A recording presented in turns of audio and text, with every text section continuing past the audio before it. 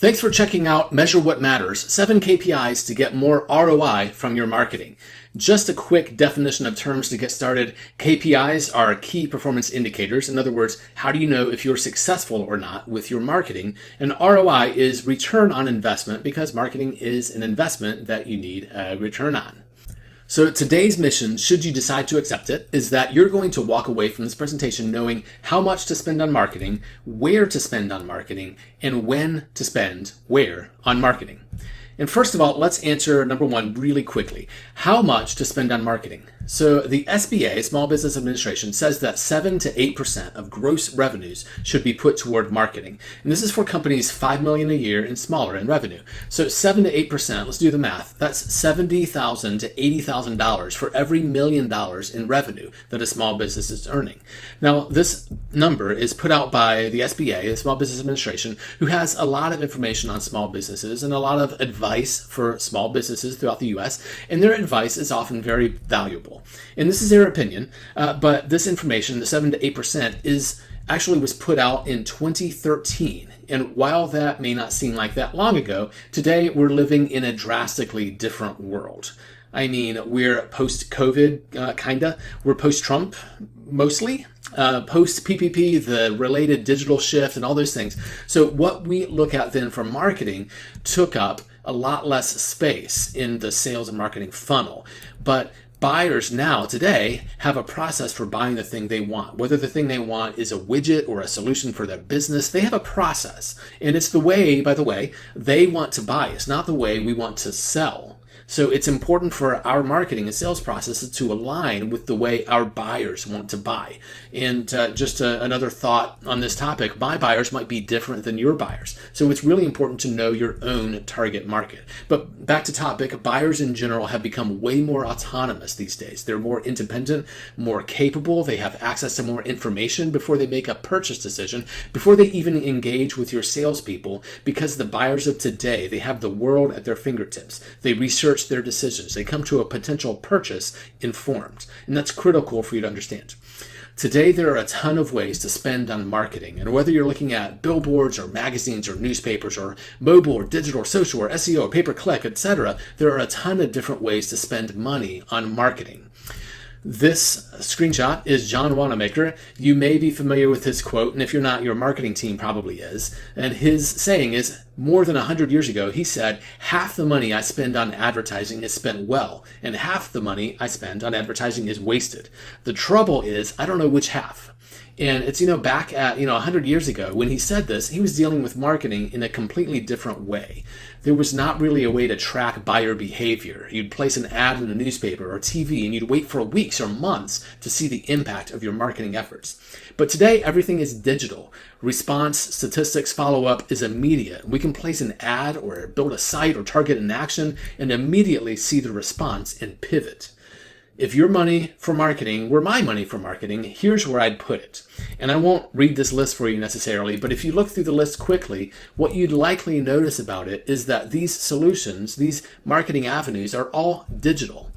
And this is because digital is cheaper now, but it also brings more value. Because now, as opposed to 100 years ago, now everything is tracked. Every click, every website visit, every eyeball on every Facebook post, everywhere the mouse hovered, everywhere the eyes are drawn on your website or your web properties is tracked. And so we can know fairly quickly what's working and what's not and act accordingly. So we don't need to waste money on marketing methods that are not working for your organization, for your market. We can pivot quickly and put more money toward marketing that does work and reap more ROI. If I were an ATM machine filled with marketing that every time you put $1 in, you got 10 back, wouldn't you start, stand at that ATM and keep depositing dollar bills because you're getting 10 back? So that's not to say that some businesses should not be spending money on billboards or car wraps or bus stops and print and all of that, because that might be suitable for some, but all of us should be investing in digital. That's what's common to businesses today. So this is not an all-inclusive list, but looking at this list, these are all digital. So there are still a ton of options of companies who want to take your money, right? So how do you prioritize where you spend to get the best ROI? And that's what today's conversation is about. So the last piece here that we're going to talk about is going to be the bulk of our conversation. That is when to spend where on marketing. And if you're familiar with Maslow's hierarchy of needs, this is basically an assessment of what's important to each individual person on earth. What is most important for a person in their personal priorities, their personal development. And number one, the bottom, the foundation of the pyramid is physiological. So air, water, food, shelter. Before adding anything else to their existence, a person's physiological needs are most important. That's the foundation of the pyramid in Maslow's hierarchy. Next comes safety, it's security, it's resources, health. If we don't have food or a place to sleep, that's most critical. But safety is the next priority on the list, how I maintain my life, my family, etc. The next stage after that, physiological and safety needs are met, is love and belonging. That's the next thing that people are typically drawn toward. It's what they're seeking. It's friendships, intimacy, family connection. Those sorts of things are next on the hierarchy of needs. And before we get our physiological needs, safety and love and belonging doesn't matter as much, right? So the next stage, once these are met, the first three, the next is esteem, how I'm perceived in my network, or it's even how I esteem myself. It's my respect, status, recognition, freedom. And then finally, once the previous levels are accomplished, at the top of the pyramid, where you see this figure exclaiming, victory over the pyramid, it's self-actualization, becoming the most that one can be. It's where you start to think beyond yourself and giving beyond yourself, beyond legacy. That's where you start thinking. So before you move on to the next stage along the pyramid of needs, so first you meet physiological needs first. Before these physiological needs are met, nothing else matters. Before physiological needs are met, love and belonging doesn't really matter. If all I need is a cheeseburger and a safe place to sleep, right? That's, physiological is most important. But marketing operates in a similar progression. We want to get our foundational needs met first before we start spending all over the place.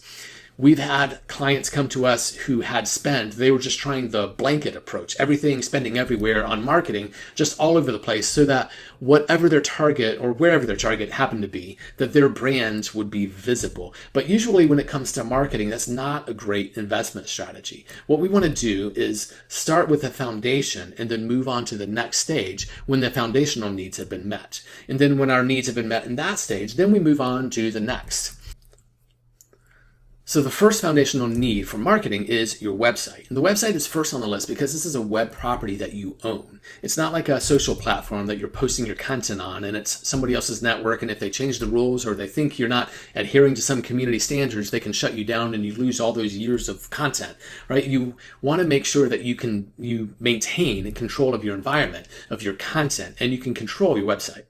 So when the website meets the satisfactory standard for what's going to be productive for your business, whether that's visibility, does my target market know I exist? Whether that's conversion, am I communicating with them in a way that will produce revenue? Or if it's productivity, is the site streamlining manual effort? Then you can move on to the next step. And the next step is search engine optimization. So how do you get found by new audiences in search engines in Google? And I typically just target Google because they own search, really, and everyone else just follows suit. So if you're making Google happy, you're by default essentially making all the other platforms happy, generally. When you've got search engine ranking for the first page for some of your key search terms for your target audiences, for example. And after your needs in organic search are met, you could then start to look at search engine marketing. And SEM is less about organic marketing and more on paid ads. Paid search, people sometimes freak out because it costs dollars, but paid search helps track every aspect of a campaign and split test between the keywords that somebody is searching for, testing against a tagline or a headline, testing against a search keyword that somebody typed in to see your ad, testing against headline with ad copy, with a landing page that we're driving people to engage. We can split test at every point along the way to get really tight around what works best for your target market. So we start with search engine optimization, SEO, and oftentimes we'll pair with paid ads because we want to get some quick wins. But optimization is more valuable long term. It's earned, it's owned, it's longer lasting. So it's buying your home instead of renting. But search engine marketing, paid ads, is very, very valuable for specifics with which we can, number one, gain new audience members, and number two, measure people's behavior throughout their entire search and purchase journey. So next on the list is reputation management. How do people see you and your company? And this gets back to hierarchy of needs. When we start to build a community around us, other buyers will start to see social proof that others have done business with us, have approved or liked, or have had a positive experience with us. And that's going to improve our conversion rate. Next on the list after reputation is social media. Social media touches on social proof, but I mean social media as more of a distribution platform. How do I take my message and get it out into areas where I can be found by the masses, by my target audience masses? So first, when people are searching and then developing social proof among social media networks, that lends credibility to me as a business. And then when this need has been met in a viable manner, other marketing methods, we could start to consider those. When we've met the minimum viable status for social media, we can then go on to other marketing methods. And today that might include many different media. This is the car wrap, the billboard, the side of a bus. If you've already gotten presence digitally, then you may want to consider other forms of marketing, but only if it fits where your market is. So before you're diving into all these marketing avenues to get your brand known by your target audiences, you'll want to take a step back and make sure your website is actually meeting the standard of minimum viability. Before we spend money, time, and effort pushing out our messaging to our target markets, we need to be positioned to convert optimally. So at my company, when we're talking to a prospect or working with a new client, we look at their web presence, their internet presence as a whole, from a metric-driven perspective. Our process takes the subjective perspective out of play. So, like, do we like this website? Doesn't really matter. Is this website good? How do you know if the impression of one person's opinion versus another person's opinion is this good? How do you rate that? So we've worked with many clients in the past who have a very specific idea about what their website should look like, the colors or layouts used. And honestly, when somebody cares so much about a specific hue of green or a page layout that looks this way or another way, for a while we struggled to convince a client that we should let the market decide with their dollars. But over time, we've been able to take a step back and look at, for businesses approaching this consumer market or for this size B2B market, we're now able to determine ahead of time with a fair degree of certainty what is going to be effective at converting a client's lead to a prospect and their prospect to a client. We look at the entire customer journey, somebody that doesn't know our client exists, to know, like, and trust our client, to go to a website and take that next step. So what we often advise to our clients is to let the metrics or KPIs drive the design vision, because when we're allowed to let metrics drive design decisions, we get a lot better results, which is actually what our client is after. People stop caring so much about their specific favorite color of green or blue or whatever, and that's when they start to see results, which is really what they want. What they want is success. It's ROI. And these are the kinds of things we help our client with. So the questions we ask from the beginning are, where are you now? What are your goals? What would make an impact on on reaching that goal? And what's the extent of that impact? We look at these 7 factors, and we're going to step through these one by one in order to see how they impact a website's viability. So first, and probably most important, is user experience. What does the site design look like? What are the visual elements? How easy is it to navigate? What's the interaction look like? Is it easy for somebody to do what they came to your site to do? User experience is this. Each perspective has several factors contained within, and we can see here what contributed to the score of success, failure, what we can do to fix these specific issues, what contributed to the score, how we can address the score, what changes we should make in order to get a more acceptable score. And across this factor of user experience, what changes should I make to impact that to the positive so that my website in general will produce a higher score from the ROI. Next is conversion optimization. How well does a website take a lead who just comes across the site via search or social to become a prospect? How well does the site nurture that relationship to convert the prospect to a client or a customer? And we're looking at several factors here as well. So next we have content, format, and copy. This is the text that people read on the page. It's how you describe yourself in your target market and how that relationship is formed. Next, beyond that, is search engine optimization, SEO, in visibility online. How easy is your web presence to find for your target market when they have a need for your product or service? So how do you show up against your competitors? How do you show up with relevant content that's going to entice your target market to engage you?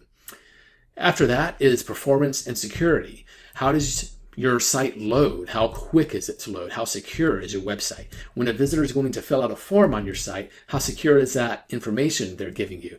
Our assessment will give you the details on this. There's also this free tool that you can check out, and that's gtmetrix.com, gtmetrix.com, and you can get an idea, really specific, about how well your site performs, how quickly it loads, any issues you may have with your site performance that may keep people from doing business with you.